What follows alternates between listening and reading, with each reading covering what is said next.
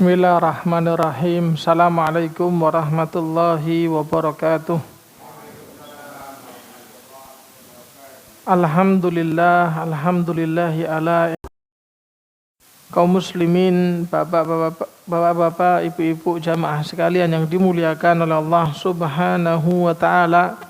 Marilah kita memanjatkan segala puji dan syukur kita kepada Allah taala atas limpahan karunia, limpahan anugerah yang banyak sekali Allah Ta'ala peruntukan kepada kita, yang mana tentunya sampai dengan saat ini kita mendapatkan banyak sekali kebaikan, banyak sekali keutamaan yang bisa jadi hal tersebut tidak diberikan kepada kebanyakan orang.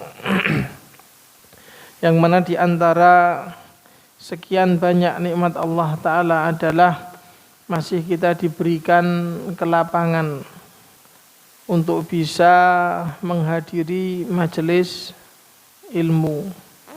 Tentunya hadirnya kita, duduknya kita, bersimpuhnya kita saat ini bukanlah satu hal yang sia-sia. Semua tertulis dan terhitung dan dicatat sebagai pahala kebaikan yang akan menghantarkan kita untuk bisa cepat sampai kepada surga Allah Subhanahu wa taala. Karena disebutkan dalam hadis yang sahih, man salaka tariqan yaltamisu fihi ilman sahhalallahu lahu bihi tariqan ilal jannah. Barang siapa yang menempuh suatu jarak, baik itu dekat maupun jauh, yaltamisu fihi ilman, dia menempuh jarak tersebut untuk mencari ilmu, menuntut ilmu. Yang dimaksudkan di sini adalah ilmu yang bermanfaat. Ilmu yang bermanfaat adalah ilmu yang mengenalkan seorang hamba kepada Rabb-nya, lebih mengenal, lebih dekat, dan lebih takut. Maka sebab usahanya dia, maka Allah Ta'ala mudahkan dirinya untuk bisa sampai ke surganya. Jadi apa yang kita usahakan saat ini ternyata adalah satu amalan yang memiliki keutamaan yang besar. Keutamaan yang besar dan tidak bisa disepelekan. Dengan kita sering hadir, ya nama kita harum di tengah-tengah para penduduk langit, tengah-tengah para malaikat. Dan semua dalilnya jelas. Dan ini merupakan nikmat yang memang semestinya kita syukuri. Ya, kita di samping mengucapkan alhamdulillah atas kemudahan ini, juga di sisi lain totalitas kita kepada Allah Ta'ala, penghambaan kita semakin meningkat. Semakin meningkat. Ini diantara bentuk bersyukur kepada Allah Ta'ala. Jadi tak hanya di lisan, tapi syukur juga dengan lisanul mahal, yaitu dengan anggota tubuh. Tambah taat, tambah baik, tambah berkualitas ibadah-ibadahnya. Artinya tambah hari tambah sregep. Ya, demikian. Berikutnya salawat dan salam semoga selalu terlimpahkan bagi Nabi kita Muhammad sallallahu alaihi wasallam.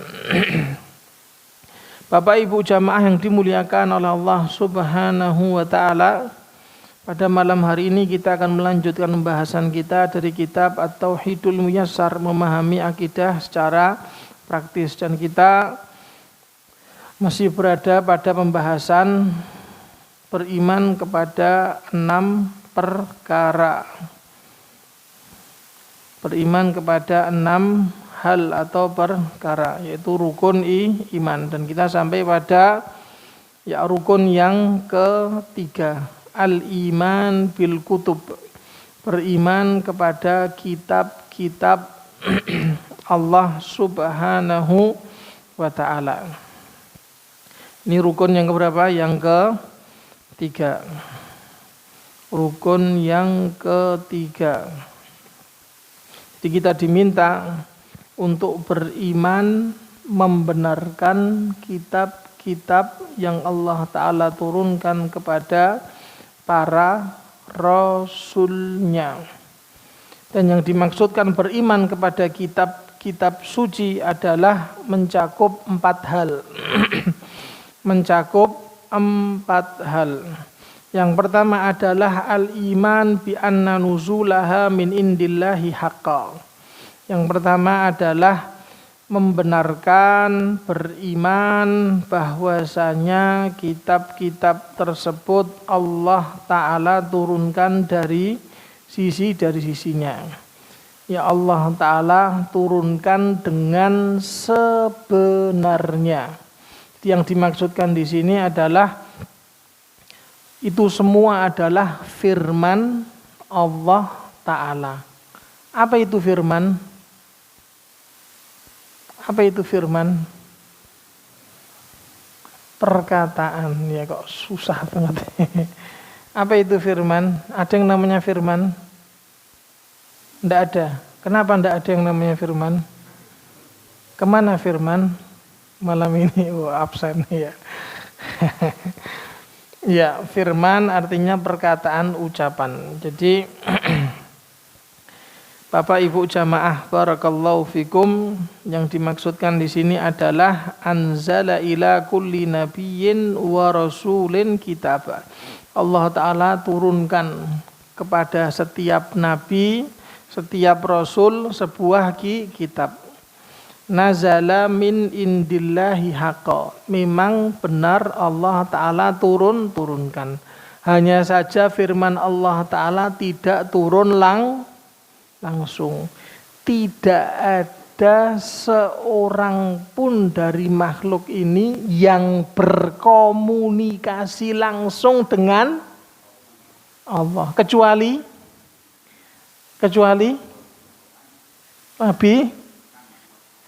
Nabi Musa. Ya, kecuali siapa? Nabi Musa. Ini tidak ada yang berkomunikasi langsung kepada Allah Ta'ala. Apa komunikasi? Bingung kemudian. Iya, bercakap, berdialog langsung. Ya, berdialog langsung kepada Allah. Kecuali siapa? Nabi Musa. Ini keistimewaan, kekhususan yang ada pada Nabi Musa. Tidak ada pada Nabi dan Rasul yang lain. Makanya Nabi Musa alaihissalam dikatakan kalimullah. Apa kalimullah? Kalimullah itu artinya orang yang diajak ngomong Allah secara langsung. Nabi Muhammad enggak loh.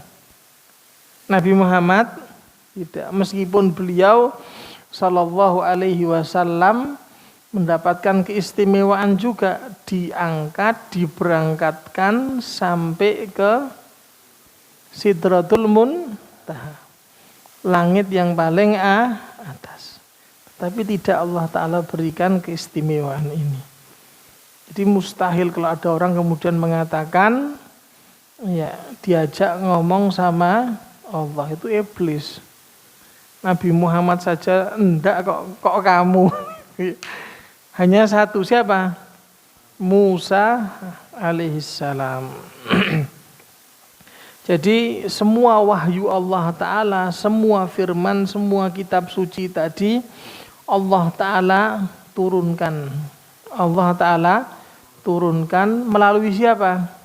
Jibril alaihissalam, melalui malaikatnya yang bernama Jibril alaihissalam, yang tugasnya menyampaikan wahyu. Demikian. Jadi tidak secara langsung, mustahil. Nabi Ibrahim bagaimana? Podo. Tidak. Hanya Nabi Musa alaihis salam. Ya, ini satu hal yang harus dimengerti. Dan kenapa dikatakan kitab? Karena maktub. Ya, kitab, ya dikatakan kitab itu karena ada tulisannya. Apa? Ada tulisannya. Makanya ya kalau kita beli kitab, kalau dibuka ada tulisannya. Kalau dibuka tidak ada tulisannya, namanya bukan kitab, buku tulis. Ya, jelas. Iya. Ya, jadi yang Allah Ta'ala bukan kemudian lembaran-lembaran, bukan. Tapi sesuatu yang nantinya akan ditulis, dibaca, ditadaburi, difahami, dan diamalkan. Diamalkan. Jadi poin pokok pentingnya adalah diamalkan. Bukan cuma sekedar dihafal. Ya, meskipun menghafalnya itu juga nilai plus tersendiri.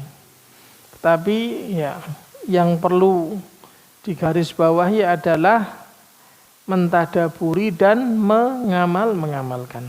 Ini jamaah yang dimuliakan oleh Allah Subhanahu wa taala. Jadi kita membenarkan, mengimani Allah Ta'ala turunkan dari sisinya. Benar Allah Ta'ala turunkan. Kenapa kok turun? Kenapa Pak kok turun Pak? Kenapa kok bahasanya kitab yang Allah Ta'ala turunkan? Ya kan memang Allah Ta'ala di atas. Ya. Allah Ta'ala di atas.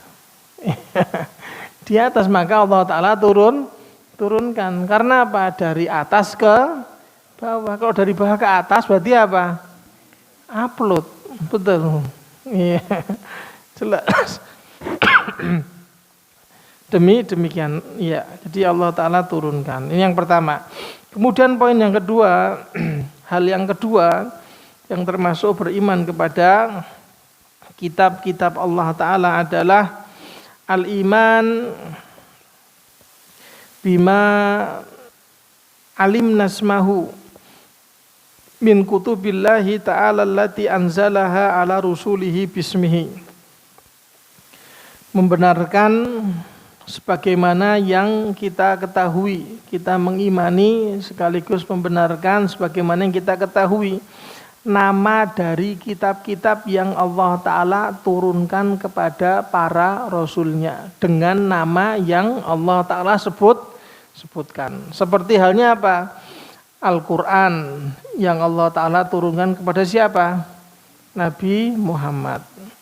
Juga ada kitab Taurat yang Allah Ta'ala turunkan kepada Nabi Musa. Ada kitab Injil yang Allah Ta'ala turunkan kepada siapa? Ya, Nabi Isa alaihissalam. Dan ada kitab Zabur yang Allah Ta'ala turunkan kepada Nabi Dawud. Dan juga ada Suhuf Ibrahim, lembaran-lembaran yang Allah Ta'ala turunkan kepada Nabi Ibrahim. Ya, adapun ya kitab-kitab yang Allah Ta'ala turunkan kepada para rasulnya yang lain yang tidak Allah Ta'ala ceritakan, tidak Allah Ta'ala sebutkan, tidak Allah Ta'ala kisahkan di dalam Al-Quran, ya kita beriman secara mujmal, secara umum. Demikian. Karena jumlah para rasul pun itu juga banyak. Hanya saja kita mengetahuinya terbatas. Kita hanya mengetahui ya sedikit dari sekian banyak. Dari sekian banyak. Ya, ini jamaah yang dimuliakan oleh Allah Subhanahu wa taala. Adapun yang tidak Allah Ta'ala sebutkan namanya seperti Suhuf Ibrahim, ya artinya lembaran-lembaran kitab yang lembaran-lembaran kitab Nabi Ibrahim ya kita tidak tahu namanya apa. Demikian. Ini perihal yang kedua. Jadi yang pertama membenarkan, mengimani bahwasanya turun dari sisi Allah Ta'ala, diturunkan kepada para nabi dan rasulnya. Yang kedua, membenarkan sekaligus mengimani apa yang kita ketahui ya dari kitab-kitab yang Allah Ta'ala turunkan. Yang kita ketahui namanya dari kitab-kitab yang Allah Ta'ala turunkan. Perihal yang ketiga, jamaah barakallahu fikum, adalah yang ketiga, tasdiqu ma sahha min akhbariha. Ya, yang ketiga adalah membenarkan, mengimani pada setiap kabar berita yang ada pada ucapan atau firman atau perkataan Allah. Kita benarkan, kita mengimani tanpa ada sedikit pun keraguan. Kita benarkan. Tidak boleh meragukan apa yang Allah Ta'ala sampaikan dari kitab-kitab suci tersebut. Dan secara khusus yaitu Al-Quran. Jelas? Ya, Al-Quran. Selagi apa? Ya, selagi ya, jadi membenarkan, mengimani kabar berita yang ada di dalam Al-Quran, mimma sahha naqluhu anha fi syar'ina, sesuai dengan penukilan yang sampai kepada kita. Dan kita harus tahu Pak, Bu, jamaah barakallahu fikum, harus tahu bahwasanya penukilan Al-Quran ini tidak asal menukil, tidak. Ya, tidak asal menukil. Jadi lewat tahapan-tahapan dengan memperhatikan ya sejauh mana kebenaran atas ayat-ayat tersebut. Tidak asal menukil itu. Tidak asal menukil. Dan penukilan Al-Quran itu penukilan secara mutawatir. Apa mutawatir? Kalau tidak mudeng tidak apa-apa, jangan dipaksakan Pak. Ini bahasa Arab Pak. Jangan pura-pura mikir, nanti ngantuk akhirnya. Iya. Apa mutawatir? Mutawatir itu penukilan yang dinukil ya, penukilan dari jumlah beberapa orang yang sangat banyak, yang tidak akan pernah mungkin mereka berdusta. Karena apa? Ya bisa jadi umurnya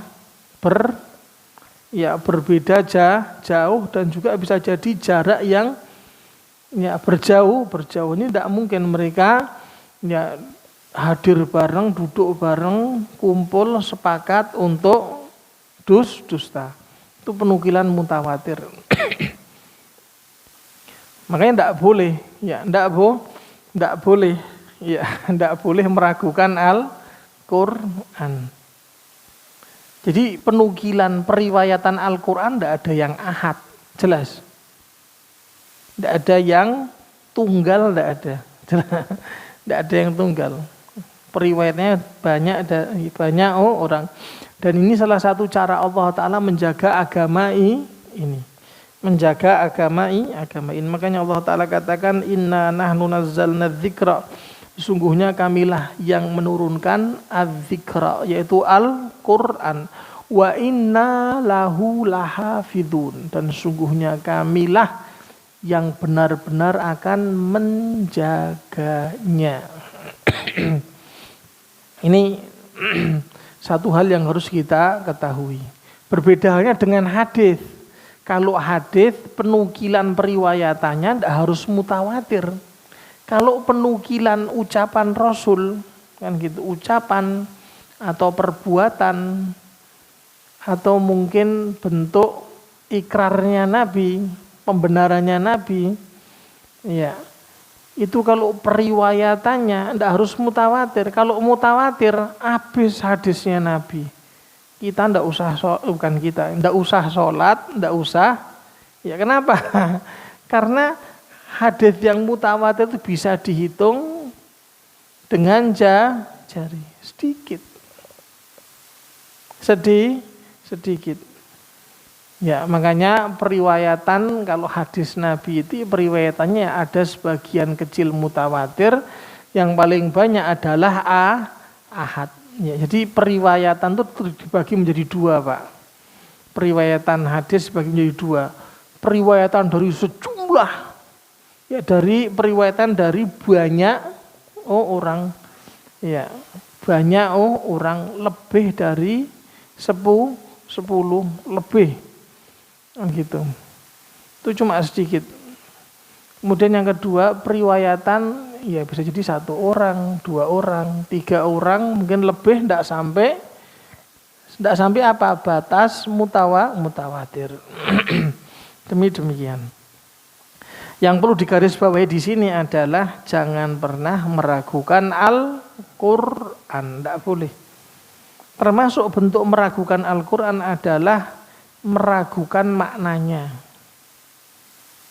Ya, kalau ada orang mengatakan kemudian tidak yakin dengan firman Allah Ta'ala ini artinya demikian, ya kamu jangan mengatakan tidak yakin, ya kamu katakan saja yakin tapi tidak mudeng, jangan kemaki, gitu. Jangan bilang aja tidak mudeng, biar dijelaskan.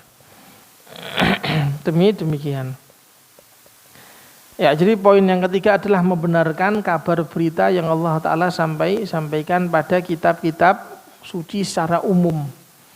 Ya, dan bahwasanya Al-Quran itu menghapuskan menghapuskan semua kitab-kitab yang sebelum-sebelumnya. Ya. Kitab-kitab sebelum-sebelumnya. Iya. Jadi Al-Qur'an itu menghapuskan semua yang berlaku pada kitab-kitab sebelum-sebelumnya. Jadi tidak boleh kemudian kaum muslimin buka Injil, boleh enggak? Boleh enggak? Iya. Baca Injil boleh enggak? Sekedar baca boleh? Tidak boleh. Tidak boleh. Umar saja ditegur. Umar saja diamuk sama Nabi. Ya, tidak boleh. Tidak boleh. Sudah ada Al-Quran. Ada apa kamu nyariin Injil? Jelas ya? Iya. Kecuali kalau tujuannya untuk mematahkan. Jelas. Mematahkan untuk apa selainnya mematahkan? Kalau debat itu konotasinya jelek.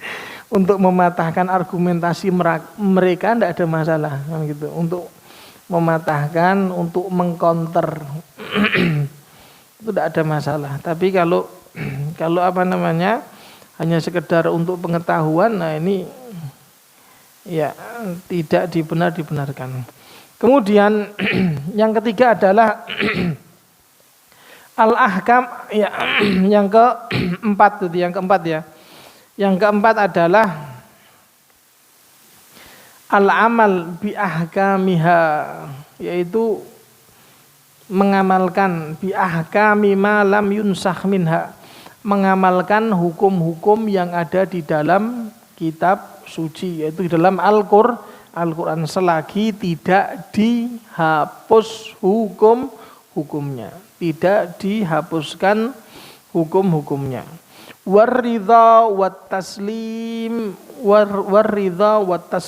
bihi, dan dalam keadaan menerima sekaligus at-taslim bihi, yaitu berserah diri berserah diri. Artinya ya menerima dengan tulus. Iya. Sawa'un fahimna hikmatahu am lam nafhamha. Ya, baik dia mengetahui pelajaran di balik itu maupun tidak. Maupun tidak. Jadi poin yang keempat ini wajib bagi setiap umat untuk mengamalkan kitab suci yang Allah Ta'ala turunkan padanya. Ya. Dan khususnya adalah khususnya kepada umat Nabi Muhammad untuk apa? Untuk mengamalkan Al-Qur'an. Dan Al-Qur'an ini adalah kitab suci yang menghapus sekaligus menyempurnakan kitab-kitab suci sebelumnya. Ini adalah apa? Al-Qur'an. Iya. Al-Qur'an. Jadi Al-Qur'an ini fungsinya Allah Ta'ala turunkan untuk menghapus sekaligus menyempurnakan segala yang ada pada kitab-kitab suci sebelumnya. Makanya tidak boleh merujuk kembali kepada kitab suci sebelum Al-Qur'an. Tidak boleh. Karena Al-Qur'an telah Allah Ta'ala berikan, Allah Ta'ala datangkan dengan penuh kesempurnaan. Ini jamaah yang dimuliakan oleh Allah Subhanahu wa Ta'ala. Dan satu hal wajib bagi semua penganut agama untuk mengikuti mengamalkan Al-Qur'an. Bila tidak, maka tentunya mereka artinya mereka keluar dari Islam. Karena kewajiban ini dibebankan pada siapa? Kepada setiap umat.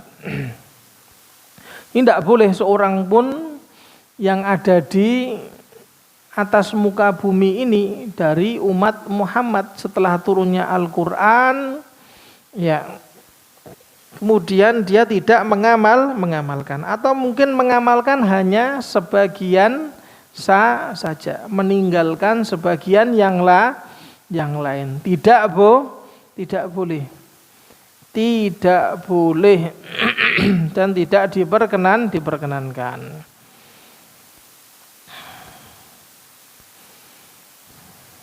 Ya, jelas. Jadi poin yang keempat mengamalkan hukum-hukum yang ada di dalam kitab suci khususnya Al-Qur'an, serta menerima dengan tulus, mengamalkan. Ya. Ini perihal yang keempat. Jadi yang dimaksudkan dari beriman kepada kitab-kitab Allah Ta'ala mencakup 4 hal. Kalau kita ulang, yang pertama adalah membenarkan bahwasanya turunnya dari Allah Ta'ala turunkan kepada para nabi dan rasulnya. Kemudian yang kedua adalah kita membenarkan, mengimani sebagaimana yang kita ketahui nama dari kitab-kitab yang Allah Ta'ala turunkan. Kemudian yang ketiga adalah membenarkan segala kabar berita yang ada di dalam Al-Qur'an. Baik kabar berita tersebut bisa dicerna maupun tidak.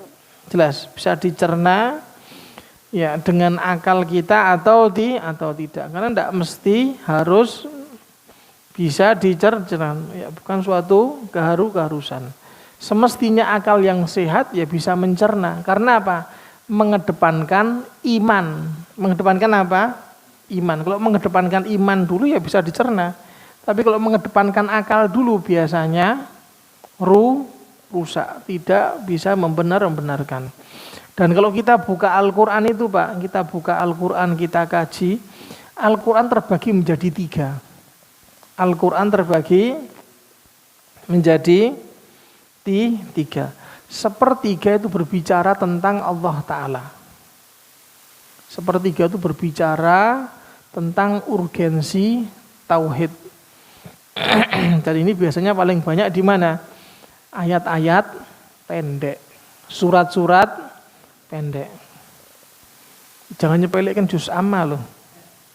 oleh juz amma itu ya syarat dengan penanaman akidah. Ya syarat dengan penanaman akidah yang benar.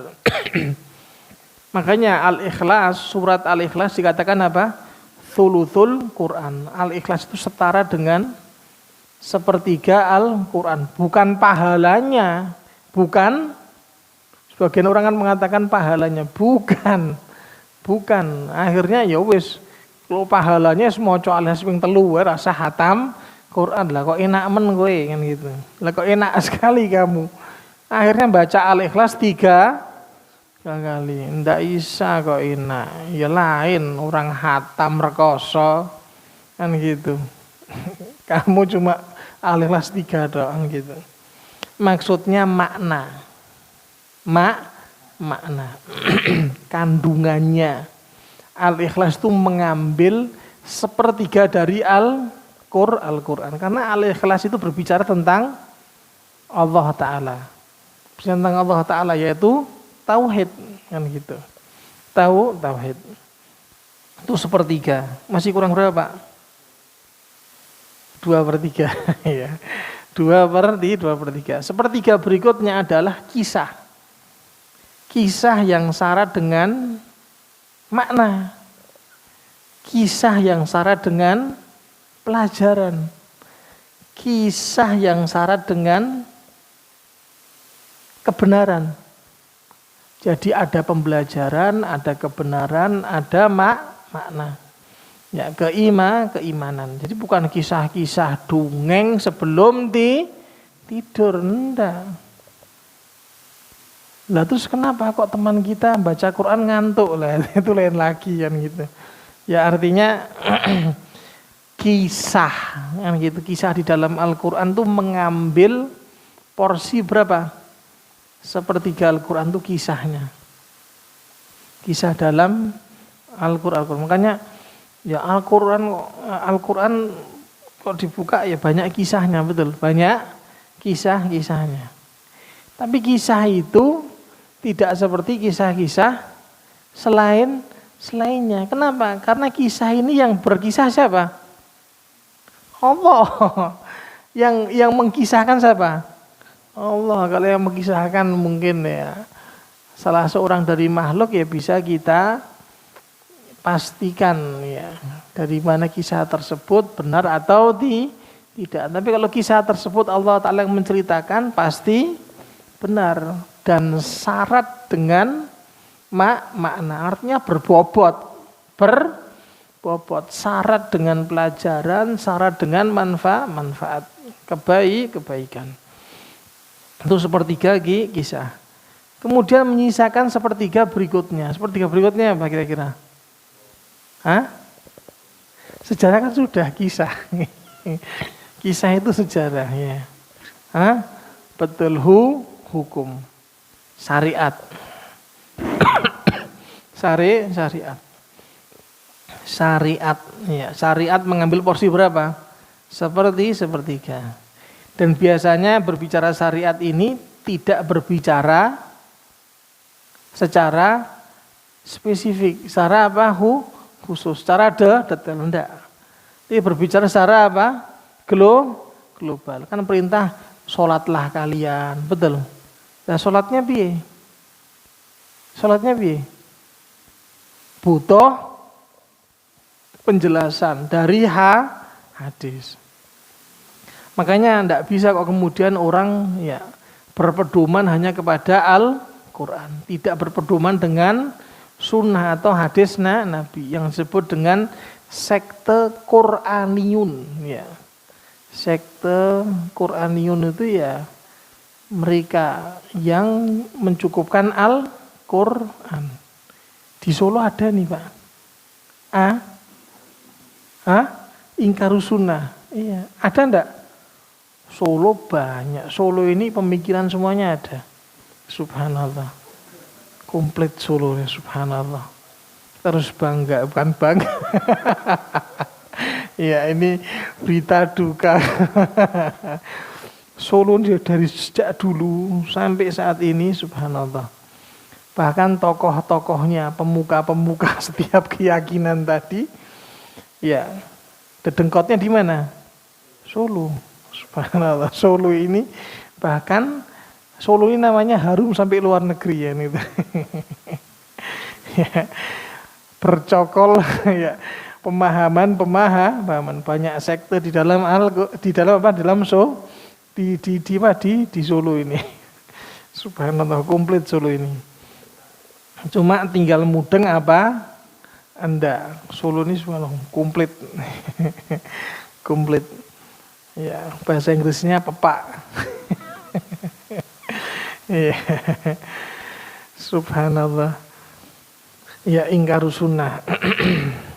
ingkaru sunnah. Bahkan tempatnya enggak jauh dari sini. Ya. Ya. Ada. Ya, ini tidak dibenarkan, tidak dibenarkan. Kalau cuma hanya berpatokan dengan Al-Quran, butuh yang namanya hadis. Hadis. Jadi mengambil porsi sepertiga Al-Quran, hukum-hukum tentang Islam. Ya, sepertiga tersebut dijelaskan, diterangkan, disampaikan keterangan panjang lebarnya melalui petunjuk Nabi. Demikian. Jadi kalau cuma ngandalkan Al-Quran ya tidak bisa. Ya, karena Rasulullah SAW mengatakan taraktu fikum ba'di kan gitu. Syai'an kan, aku meninggal syai'aini kan gitu.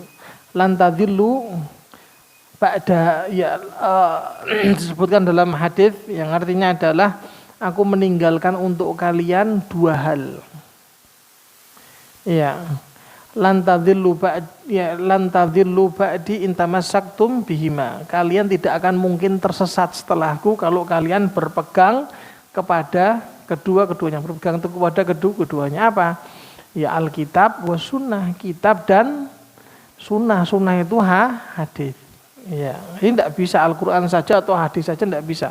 Harus dua-duanya. Meskipun dua-duanya juga tidak cukup, butuh sesuai dengan pemahaman sahabat. Karena orang ya kalau memahami dengan cara dia bisa luput kan gitu. Karena saat ini kalau tidak pakai dalil tidak laku. Kalau tidak pakai dalil tidak laku. Semua ditanya keluar dalilnya, cuma dalilnya tepat atau tidak, itu satu hal. Hal yang lain apakah dalilnya tersebut kan gitu valid atau tidak, benar atau tidak kan gitu. Makanya harus sesuai dengan pemahaman sahabat. Kenapa kok pemahaman sahabat? Kok bukan pemahaman kita? Kenapa kok pemahaman sahabat? Kenapa kok bukan pemahaman kita? Ya, jawabnya insya Allah setelah azan insya Allah. Sudah masuk waktu isya. Silakan adzan dulu.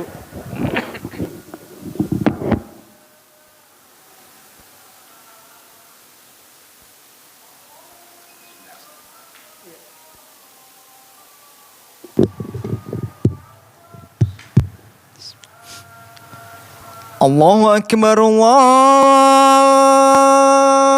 Akbar.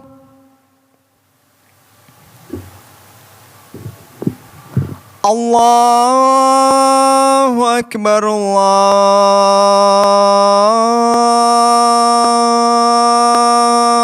Akbar.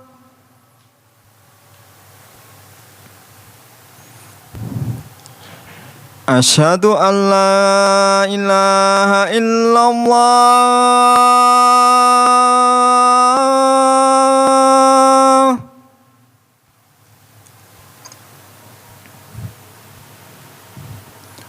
Asyhadu an la ilaha illallah.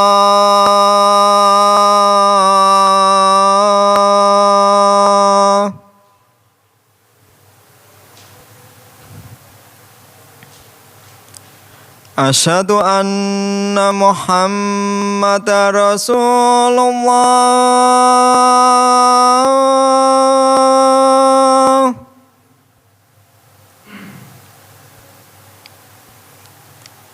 Asyhadu anna Muhammadar Rasulullah.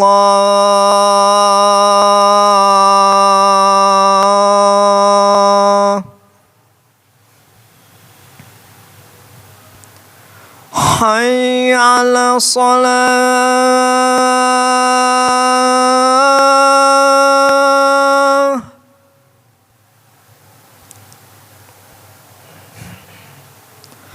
Hayya 'ala shalah.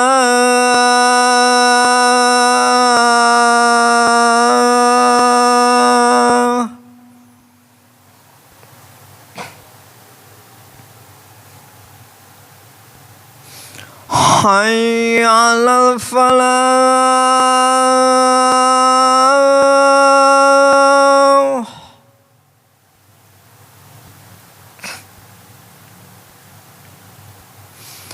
Hayya 'alal falah.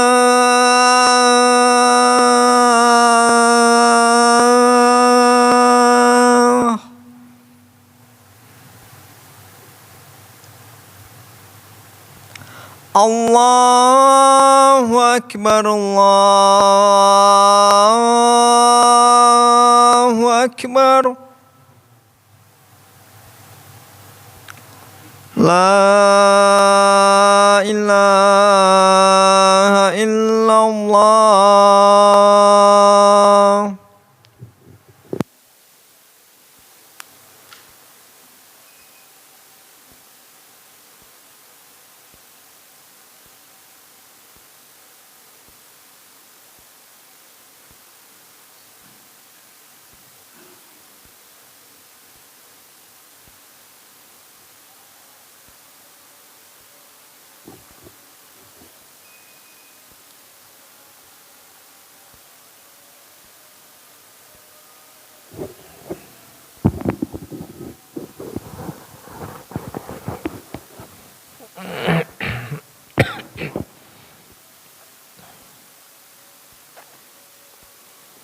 Ya, kaum muslimin jamaah yang dimuliakan oleh Allah Subhanahu wa taala.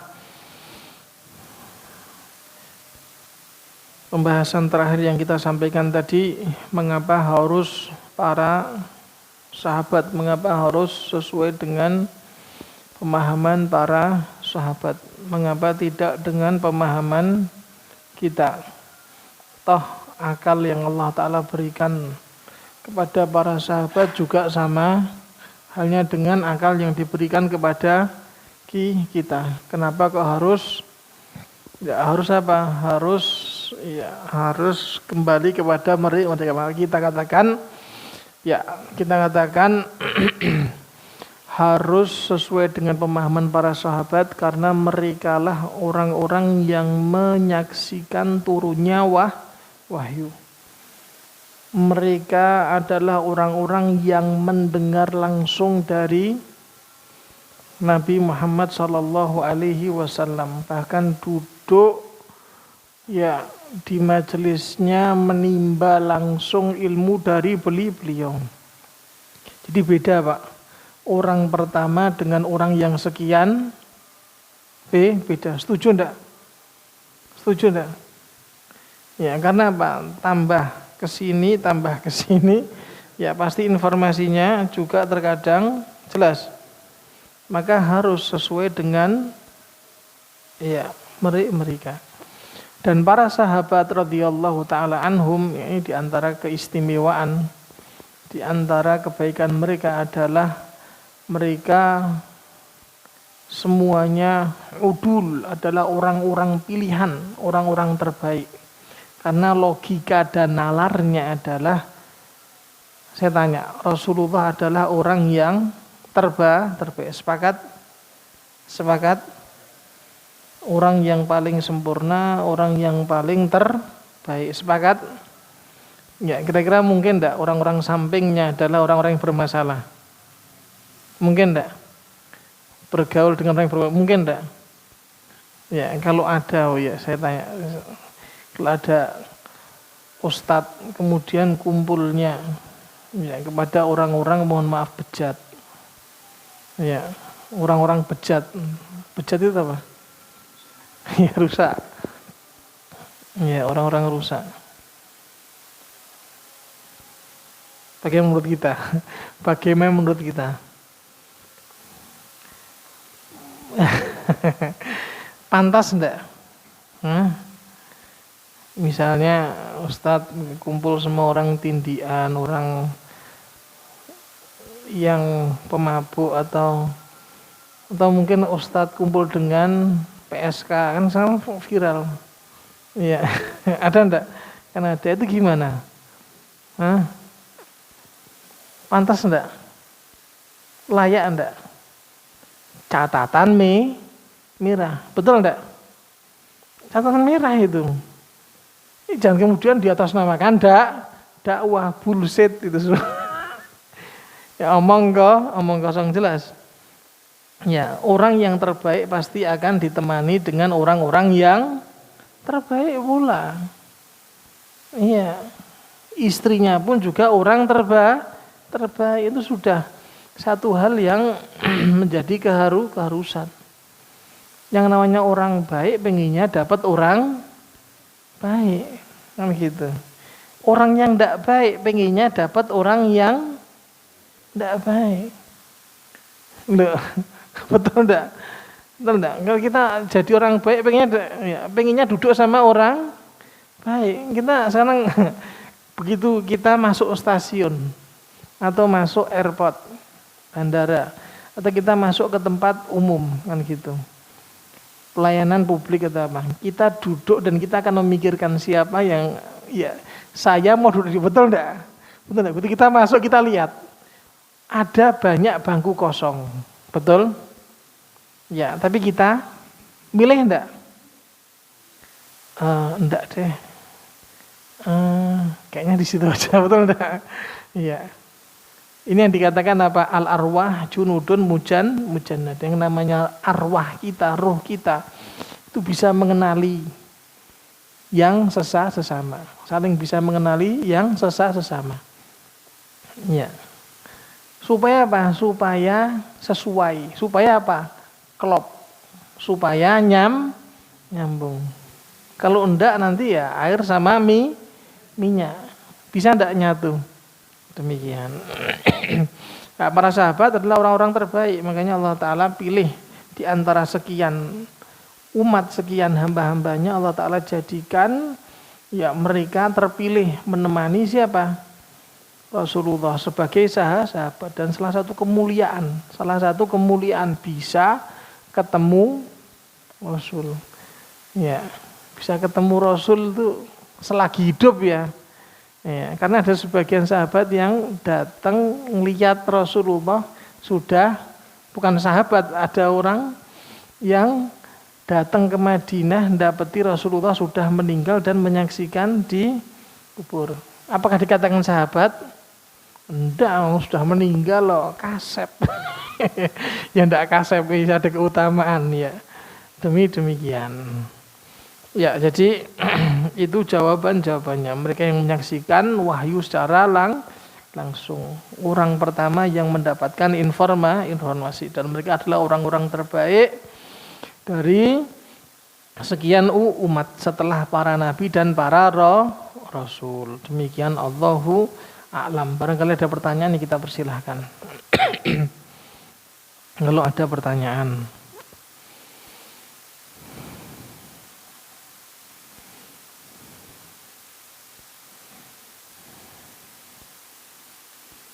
Ya.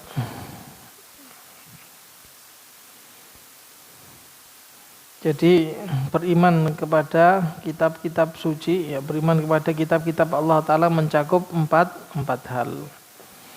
Ya, mencakup 4 hal. Membenarkan turunnya dari sisi Allah Ta'ala. Yang kedua adalah membenarkan penamaan yang ada padanya. Yang ketiga adalah membenarkan apa yang termuat padanya. Dan yang keempat adalah mengamalkan hukum-hukum yang ada padanya. Dan termasuk membenarkan apa yang termuat pada Al-Quran adalah apa? Tidak meragukannya. Itu satu. Kemudian juga ya memahami sebagaimana yang Allah Ta'ala sampaikan.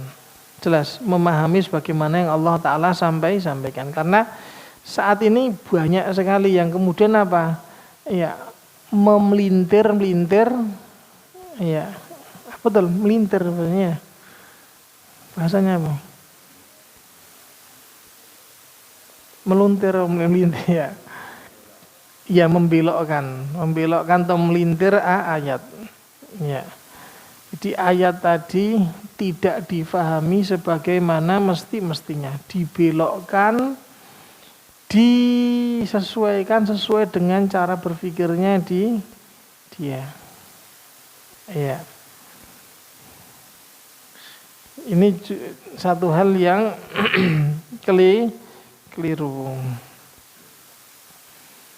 Demikian.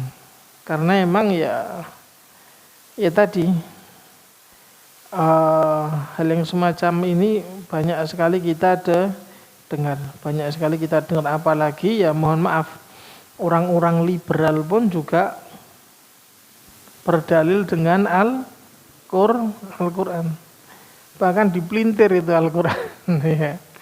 Dipotong sebagaimana yang tidak mestinya untuk dipotong, dicocokkan, disesuaikan dengan ya tujuan maksud mereka. Ini yang terjadi, jamaah yang dimuliakan oleh Allah Subhanahu wa ta'ala. Makanya ya memahami Al-Quran itu ya penting. Supaya bisa memahami ya harus belajar talaki dengan orang yang memiliki apa? Ya pengetahuan, untuk orang yang mudeng. Orang yang mudeng, yang layak untuk mengajarkan.